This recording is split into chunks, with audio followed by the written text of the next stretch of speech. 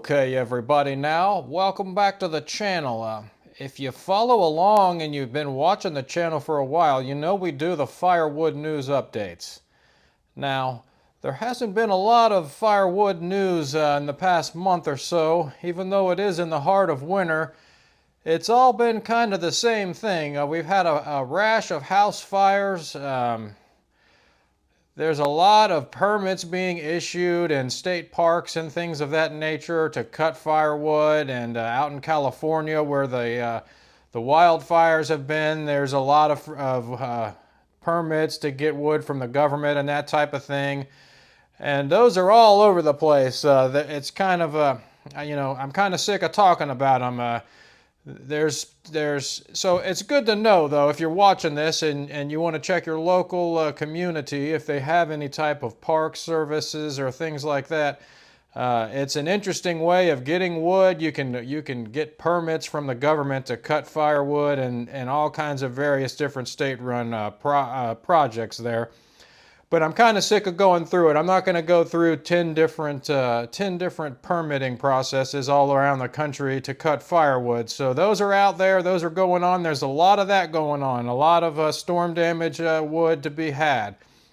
So I'm just going to touch on a few of the other newsworthy subjects that I found, and this is just going to be a completely unedited one-take run-through of the firewood news. So hang in there. Bear with me. Subscribe to the channel if you like this stuff, if you like wood and food and whatever else it is that I do, whatever you want to call it, go ahead and do the subscribing. So first off, we're going to start off with this Israeli and Gaza conflict. Apparently they're saying that eyewitnesses are saying that in an Israeli strike and quadcopter attack killed 3 young Palestinian men, and they were just gathering firewood. But they're coming back, and the Israeli military is saying that it carried out attacks in central Gaza and Rafah against militants that were attempting to plant bombs. So there's that. People are saying they were just innocent young people that were gathering firewood. Military says they were planting bombs. You be the judge. I'm not real sure, but that was going on. And then again, we had a rash of apartment fires, house fires, wood boiler fires. There's quite a few of them. So let's just touch on them real quick here. And this first one is it's a natural gas fireplace that caught fire on an apartment balcony. This was just recently, April 3rd. And this is in St. George, Utah. We had some type of gas fireplace on somebody's apartment catch fire. It's a big stainless steel unit that's a gas fireplace, and they basically were able to contain that firefighting crews. It was just basically limited to the area of the stove, and the balcony right around the stove caught on fire. They were able to put that out, no injuries. Then again, we have another fire. The flames from a fireplace ended up into the wall around the chimney and in the wall of the home. And this was in Nebraska.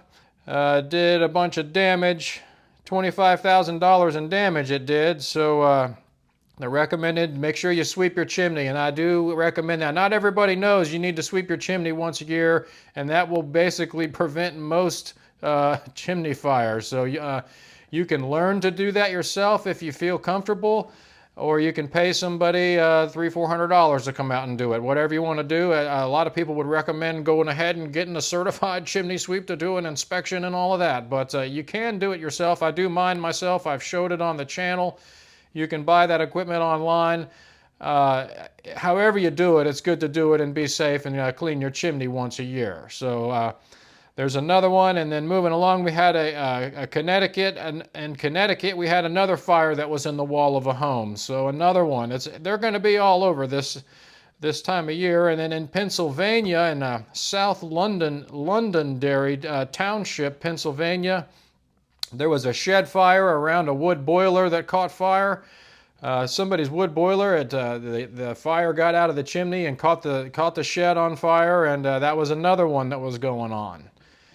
So, and other wood burner news, while we're on that subject, Over in Scotland, we've talked about how they were banning biomass boilers, and the rural community was up in arms because it wasn't fair for the rural community that's heating their homes to have to retrofit and buy all this new equipment and everything. It was a big burden.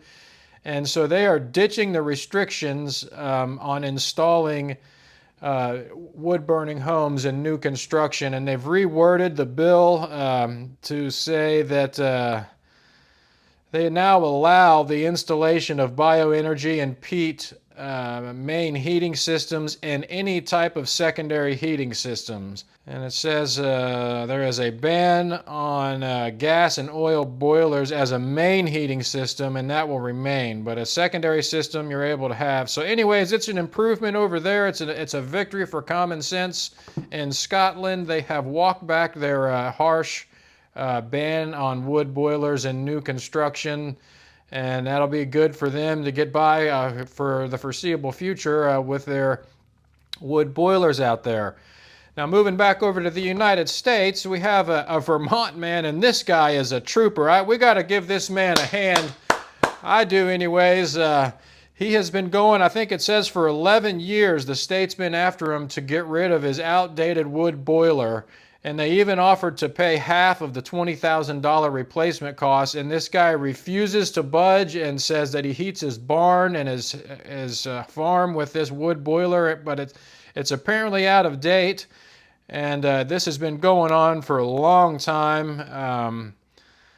Yes, 11 years, and it's uncertified and outdated, but it's still burning today. And the Agency of Natural Resources in Vermont, again, is on him, and and also concerned Vermonters are also willing to pay or help him pay, but he's declined all offers for help and says that he needs concrete proof that this new type of heater that they want to install will be sufficient to heat everything that he needs to heat.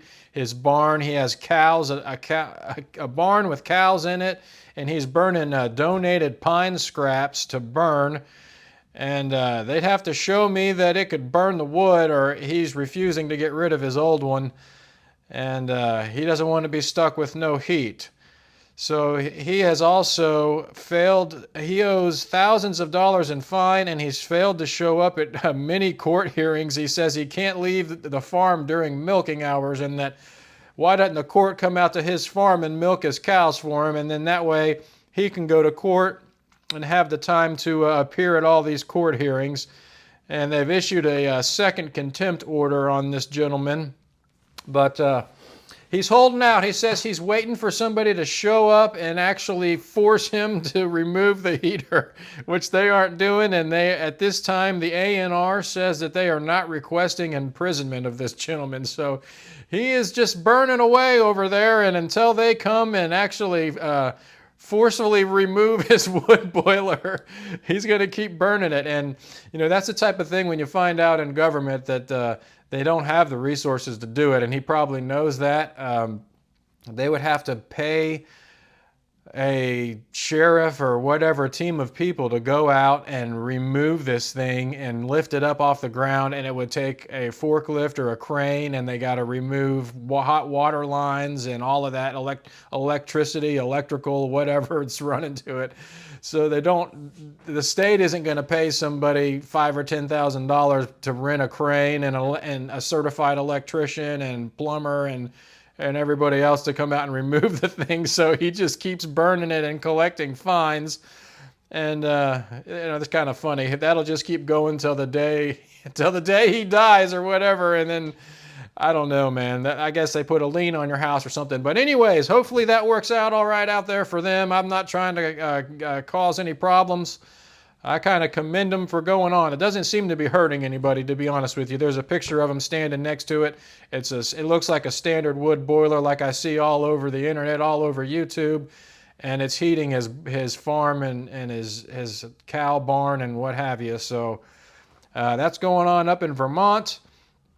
And then in another wood boiler news, we have in a Manchester, New Hampshire middle school, they are swapping out their old oil fuel unit, and they're starting to heat with a renewable wood fuel.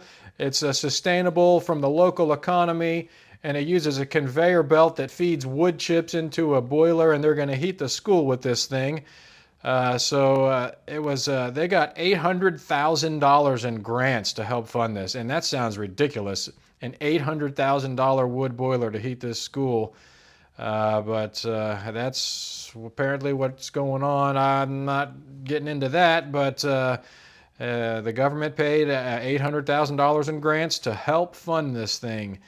And it's going to be a good renewable, clean energy. I don't know if it's a gasser or gasification unit or what, but they're going after all the old oil heating units, and everybody's being forced to upgrade. So this is what they're doing out there. Good luck to that school, and that'll be a nice warm heat for them, and hopefully free and good for the local timber industry and everything out there.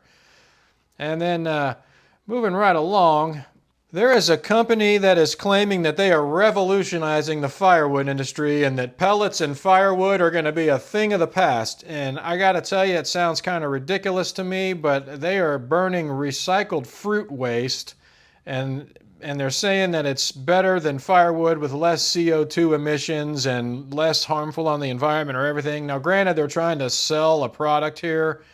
And they even say in the article, it's worth noting that new certified gasification units and things are greatly increased in their efficiency. So they're trying to sell these fruit waste bricks, and it's basically compressed, dried, fruit peels and who God only knows, I don't know. It's fruit wastes. So they're going to try to sell that as firewood and say it's revolutionizing the firewood market. Fruit briquettes for heat production, better combustion, potentially offer higher energy output. So they're saying it's an improvement. I'm not so sure I'm sold on that. I don't know what the BTUs of fruit baskets are, but that's going on also. If you want to buy some fruit pellets, some fruit briquettes, you might want to look into that. You can probably Google it on the internet and find it if you're interested in burning some dried fruit waste. And that's about it. Like I said, I pretty much already covered it all. There was another story out of Alaska that was kind of ridiculous and sad, and it wasn't really totally to do with firewood. I'll just touch on it briefly, but there was an argument over, there was a lady that was at a home that had a renter in it, and she was cleaning and moving firewood, asked the gentleman that was renting the home to help her move the wood, which led to an argument. This lady called her husband over to get involved, and her husband came running in and started trying to fight the guy and got shot and killed. It originated over firewood, but again, so I already touched on it, but that was going on, which is just a really sad, terrible deal. And this guy flew off the handle and shot somebody because he didn't want to help move firewood. But so that's pretty much it. Everything else has just been a bunch of permitting and all that, state parks, and there's always news about not moving firewood, and most people don't know that. You're not supposed to travel across state lines with firewood and that type of thing. You're supposed to burn it where you buy it, and pretty much the whole country is going to that and recommends that. And that's going to be the firewood news update for today. Just a quick little breeze. That was some interesting news out of Scotland as far as walking that law back. We've been following that now all year. So I'll continue to touch on this more, and I'll maybe get more in depth on the next month or two's update, and I'll try to look at some of these other laws that are going on in Europe and Scotland and things if I can find anything, and try to keep you updated. Otherwise, y'all hang in there, and we'll see you next time.